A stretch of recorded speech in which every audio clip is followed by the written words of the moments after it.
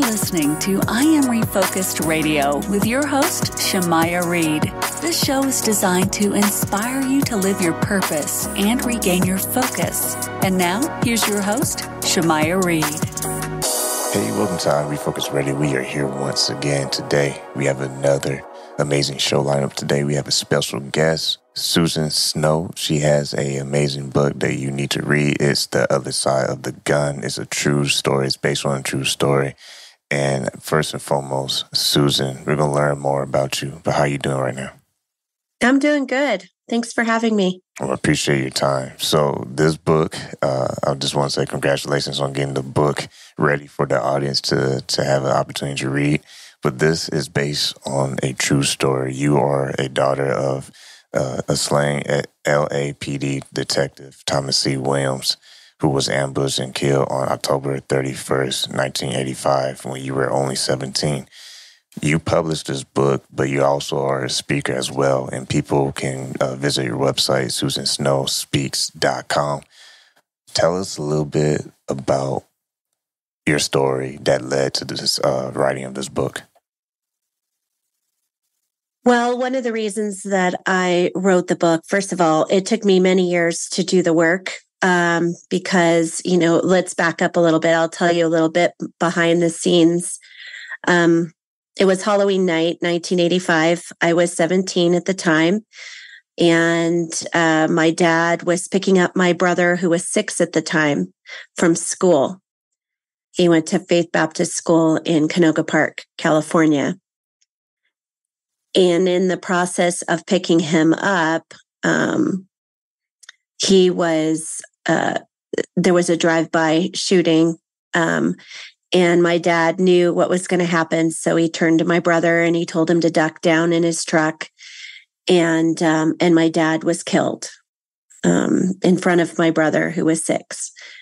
And then later on that night, about probably, I would say 20 minutes afterwards, we were called at home. My mom and I were at home preparing for the evening, and we got a call, and it was from the school. And all they said was that there was a drive-by shooting and my dad was involved. So we had no idea what to expect. Just jumped in the car, got over to the school, and that's when we witnessed his body in the aftermath. So from then on, in the 80s, there wasn't really any talk about mental health. There was no talk about support or anything, especially for teenagers. And I really struggled because, unfortunately, that night when it happened, my mom, and obviously, it was a chaotic night. There was a lot going on, but my mom chose to send me to a neighbor's house and not keep me in the family unit. So a lot of my thought process at the time was that I was going to have to figure out how to navigate all of these feelings of shock and sadness and things like that. So when I wrote the book was, many years of therapy and many years of finding out about PTSD, that led me to writing the book. I figured the book was my last journey in healing myself. And so I wrote the book, and there was a lot of fear in it. I knew that a lot of my truth was going to hurt some of my loved ones. And I still wanted to make sure that I was true to my story. So anytime I had fear, I would think about what my words could do for other people. And so I was able to keep moving forward, even though a lot of the book, it took me 4.5 years. It was a lot of pain that I had to relive. And you waited those years to start writing this book. So when you think about the role of recovery from trauma, how did your family handle that? And what was that process like for y'all to stay together as a family unit despite of this tragedy?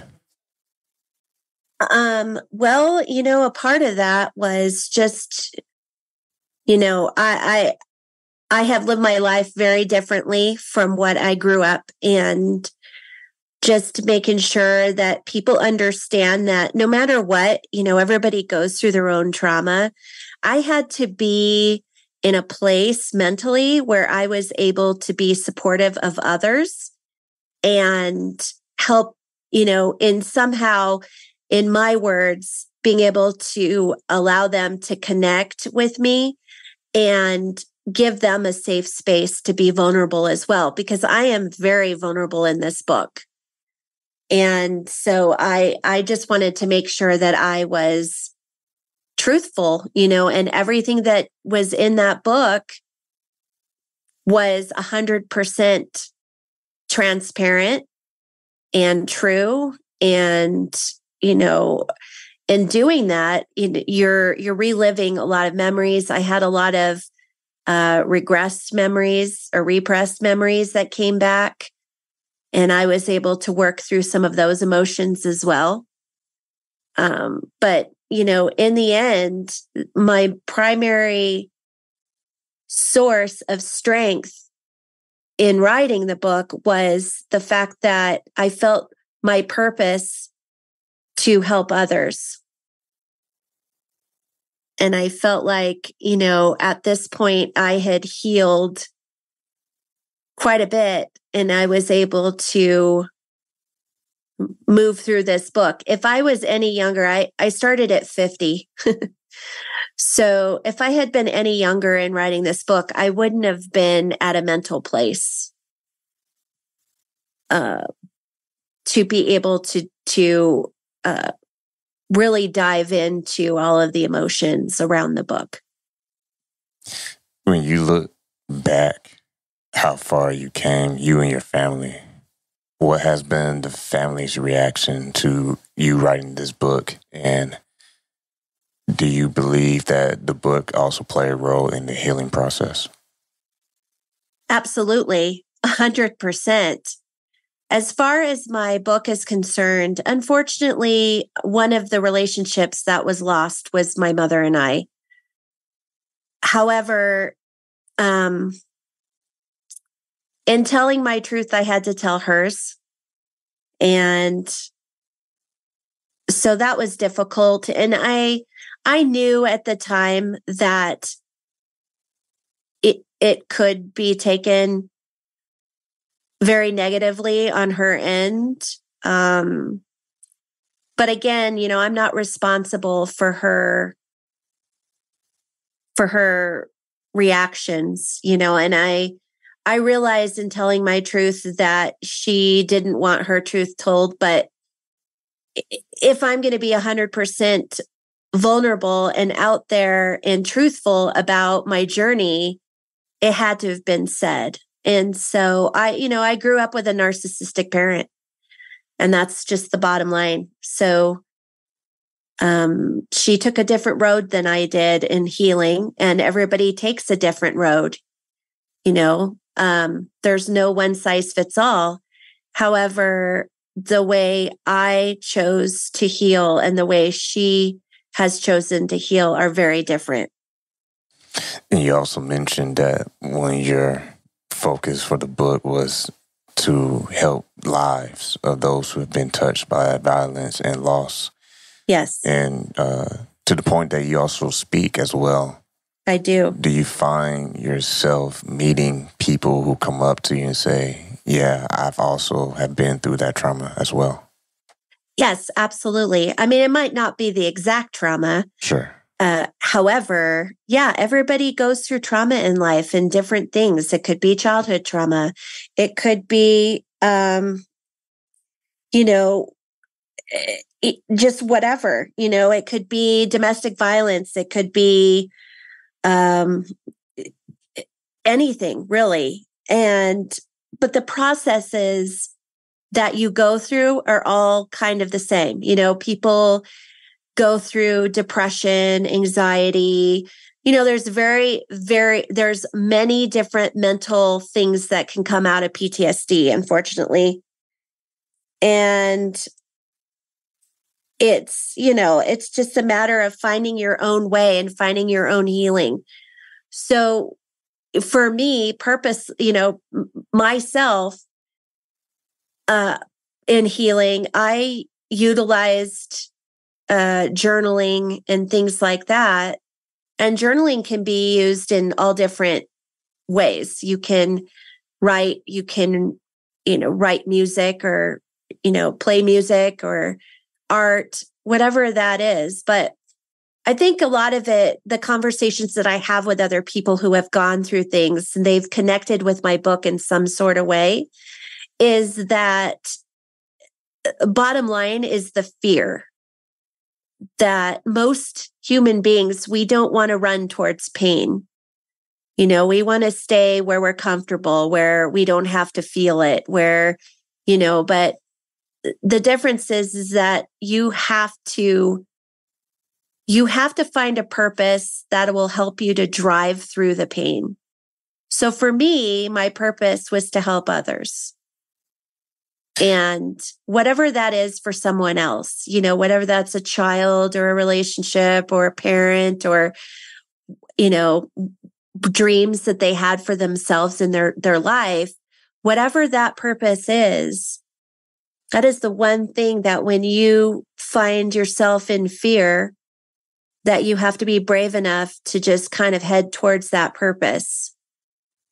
And once you're able to move through your pain, then there is a freedom in it. There's a freedom from that pain holding you back from anything in your life. So those are the conversations that I normally have with people who have been able to connect with the book. Once again, listen on Refocus Radio, talking to our guest today, Susan Snow, and you can go to her website, SusanSnowSpeaks.com. We're talking about her book, The Other Side of the Gun. Let's talk a little bit about your dad. Yeah. He was the main reason of you writing this book. Would you say that your relationship with your father was pretty close? And if so, what were some of the values that you took away from him and what he shared with you growing up? Oh my goodness. Well, I always say I'm my father's daughter. 100%.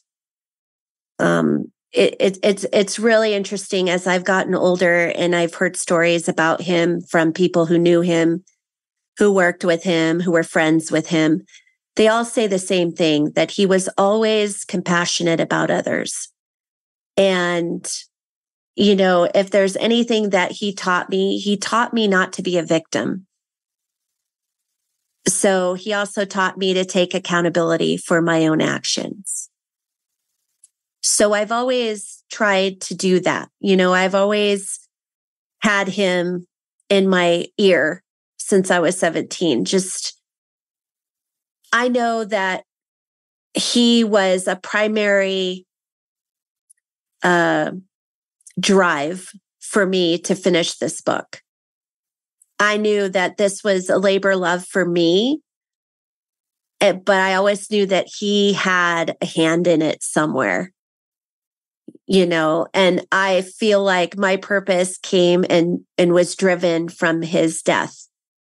And some people don't want to understand that, or they don't know how to understand that. When you go through something as horrific as that and you leave, like he was my best friend. It was very difficult when he died because at the time, I was a teenager, and obviously, teenagers have a little angst and whatever, but he was always my safe place. He was always someone who listened to me. And whenever he spoke to you, he always made you feel like you were the most important person in the room. And that's kind of how I want to be myself, is just making sure that people are heard and that they feel like they're the most important person in the room. And when you put yourself on display with this book, allowing people to read your life, I mean, that's opening the windows, if you can put it that way, open the curtains, and you get both good and not so good reactions. What has been the most rewarding process after you reflect on the fact that you have this out there and that you get to talk about this on many platforms? I think for me, when I hear people thank me for writing the book, that gives me joy. It just reiterates that the importance of me continuing to move forward. Because, there were times where I was like, gosh, I don't know. I mean, I didn't know one thing about writing a book in the first place. And that's a journey in itself. So, just hearing someone say, thank you for writing this book is just the biggest compliment ever. And I don't, when I put it out there, I knew that good, bad, or indifferent, some people weren't going to like what I had to say. And some people, wouldn't agree with what I said or whatever. But I didn't write it for that. I wrote it to help people. And whether they connect with it or not, that is their perception. That is their own thing. And I just put it out there because I knew that if I could connect with one person and change their life in some sort of way, then my job is done. And I feel the same way when I'm on a stage. I feel the same way when I'm doing podcast interviews. It's the same. I'm speaking from the heart, and I'm hoping that people can hear that. Yeah, also when you do speaking presentations, you have on your website that you can talk on the topic of forgiveness versus forgetting. Explain that to the audience and how you use that. Well, that's I've had many powerful conversations around this. There is a lot of misinformation, I guess it would be called. In some people feel like if you forgive someone that you are forgetting what they did, or you are minimalizing what they did. And for me personally, I feel like I found forgiveness for these men that were involved in my dad's murder because I wanted to take my power back. I didn't want to live my life full of hatred and, all of that, because all that negativity drains your soul and it keeps you from having a joyful life. So for me, forgiving them or anyone who has hurt me, I'm taking my power back. I'm making sure that they understand that they didn't win. They may have taken my dad's life, but they didn't take mine. So, that's my version of forgiveness. And I feel like when you forgive somebody, or, it really does give you the power back. And I might ask this question. You don't have to if you don't feel like you want to. But how's your brother? Is he doing well, and does he know about the book as well? Oh yeah, my brother is like my biggest fan. We had many years of a strained relationship. Obviously, he's gone through a lot in his life, and he's doing great now. He just got married to the love of his life. He's got a beautiful daughter, and he's got stepchildren. And he's just, he's in his journey right now. and in his healing time. And I'm just, I'm his biggest supporter. I call him my Hercules. One, because he's a very large guy, very tall, very large guy. But, you know, he has gone through hell, and I'm so proud of him. I'm so proud of the work that he's doing right now. And, you know, I can't say enough about my brother. I love him to death. We're talking to Susan Snow here on Refocus Radio, and you can go to her website, susansnowspeaks.com, and also you can get her book. It's available right now on Amazon. It's The Other Side of the Gun. And wrapping this conversation up, talking to someone out there who could be going through something right now. I mean, everyone's story is different. Everyone's uniqueness is different. But speaking on your own experience, how did you even take the first step to want to get better from the trauma and live a healthy life? Oh, gosh. Well, and I talk about this in the book. So we moved from Southern California to Colorado, and we were here 2 years, and Columbine happened. And all I can say about that is that, you know, I remember I spent many years not understanding PTSD. That's a whole nother because of a therapist that really didn't help me in the very beginning. And never, you know, like I said, in the 80s, there was no talk about PTSD. There was no talk about mental health at all, really. We were just on the cusp. So when Columbine happened, I was a hairdresser at the time. I was in the back room and I popped on the TV, and all of the news coverage was on about Columbine. And I had a visceral reaction to it. I had a full panic attack. I turned white. I was having flashbacks of the night my dad was killed in the school. And, you know, I didn't understand, but now I do. I mean, the kids were around my same age. It was at a school. It was kind of the same scenery.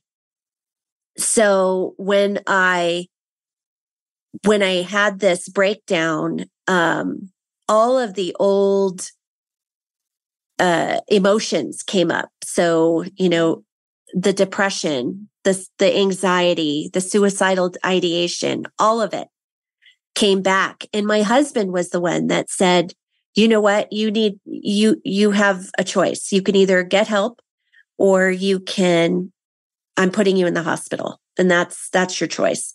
So I chose to get help, and I went to the doctor, and the doctor put me on antidepressants because that's what they do.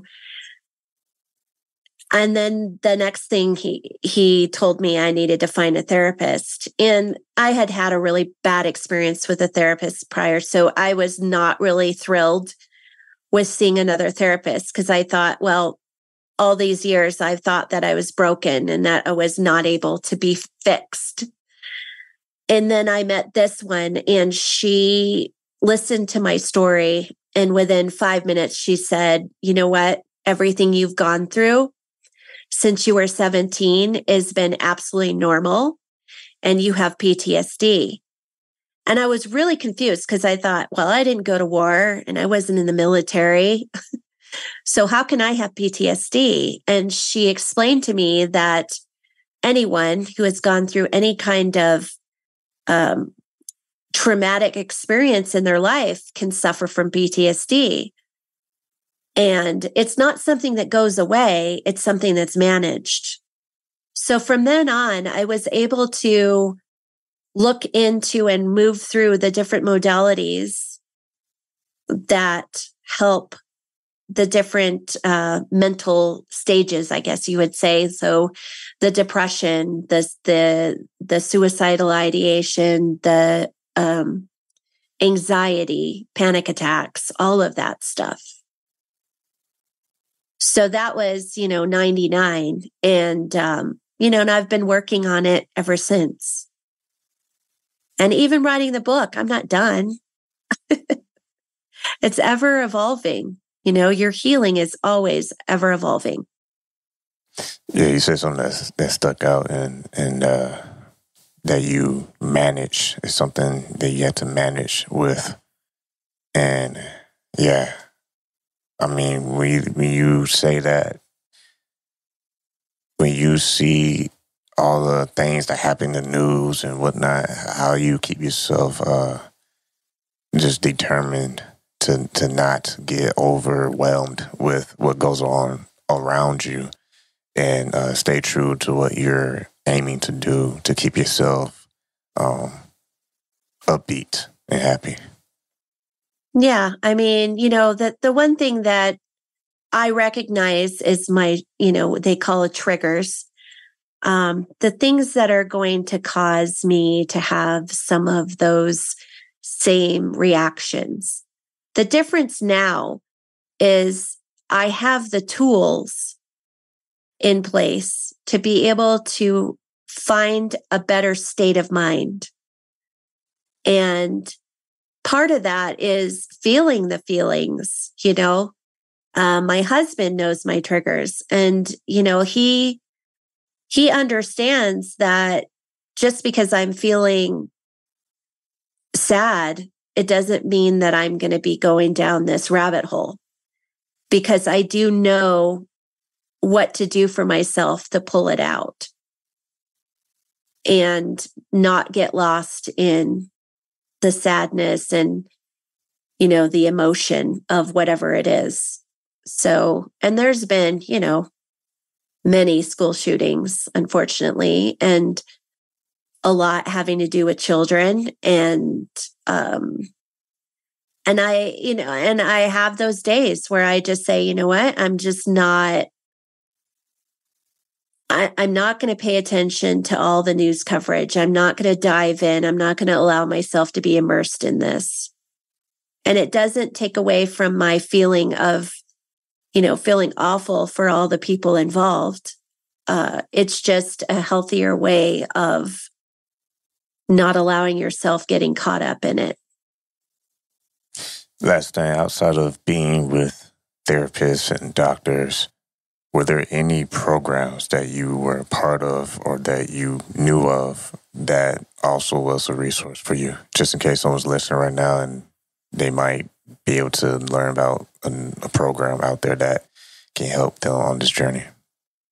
Well, I think a lot of it, and there's a lot of talk about it, but there's a lot of different modalities. I think for me personally, talk therapy wasn't all that, it was, I think I did more for me in writing. For me, it was the journaling and really getting everything out of my head.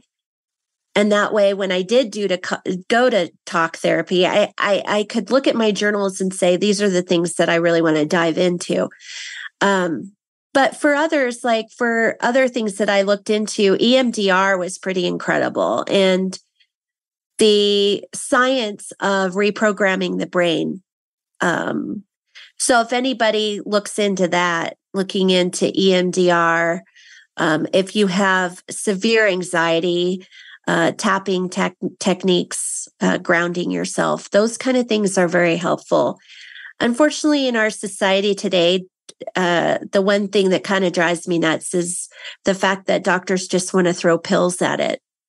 The problem with that is, and I've even watched my own children struggle with this, is that you don't know how your body is going to react to these specific prescriptions.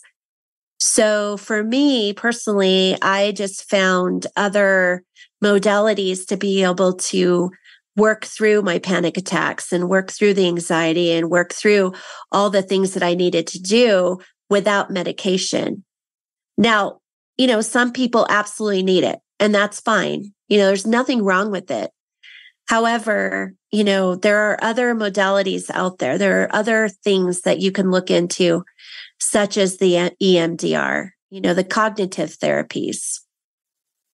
Once again, talking to our guest, Susan Snow. You can go to visit her website. It's susansnowspeaks.com. We're talking about her book, The Other Side of the Gun. You can get that on Amazon. last thing is, what call to action would you want people to do outside of definitely getting your book? Are you accepting any speaking opportunities? I am actually currently. I actually have a meeting in about 10 minutes. Yes, I am absolutely. I am available for keynote, breakout type speaking. I have done virtual events as well. I just did one last Monday. And, I think it's important for me to get the message out. My tagline is bulldoze your fear, because obviously, whether you're in you went through a traumatic experience or even loss or whatever it is, fear is the first thing that's going to hold you back from anything. So when I talk about, bulldoze your fear, finding your purpose on the other side of it, that's kind of my message, and that's something that I've had to do my entire life so far. Well, As far as the book, it's found on Amazon. It's on paperback. It's also on Kindle. So if you're on Kindle Unlimited, you are able to read it for free. I am working on an audiobook. I will be doing it myself. So that will be coming up this year as well. Well, once again, talking to Susan Snow, go visit her website, susansnowspeaks.com. Like she said, get her book on Amazon and other platforms. It's The Other Side of the Gun. I want to say thanks again, Susan Snow, for your time. Thank you so much for having me. I appreciate it.